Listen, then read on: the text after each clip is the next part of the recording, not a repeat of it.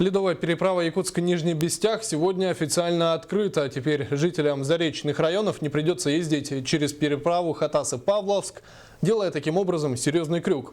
Отметим, что поменялись подрядчики, которые занимаются обустройством и содержанием автозимника. С подробностями Виталий Абрамов.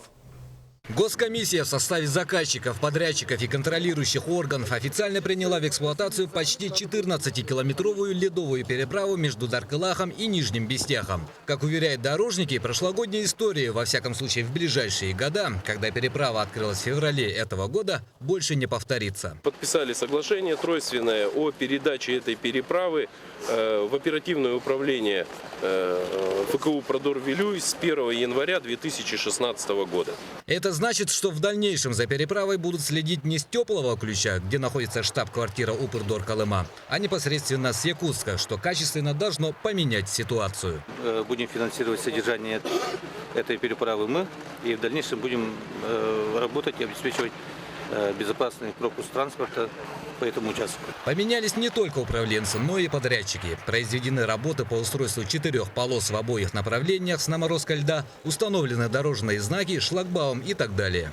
Досрочно мы по контракту не позднее 5-го, значит, мы должны открыть. Открываем вот сегодня, значит, и с последующим увеличением, значит, тоннажа до 20 тонн. Что касается безопасности, контролирующие органы, измерив толщину льда, которая составила 70 сантиметров, разрешила пропуск транспорта массой до 15 тонн. За сегодняшние сутки на территории республики открылось 3 ледовые переправы. Это ледовая переправа федерального значения Якутск-Нижний Бестях до 15 тонн, Вилюйск-Жиганск до 10 тонн и Алёк-Заречный до 20 тонн.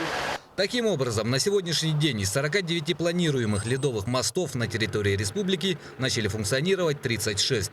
Что касается не менее важной переправы Кангаласы-Сотинцы, то она должна пройти приемку завтра.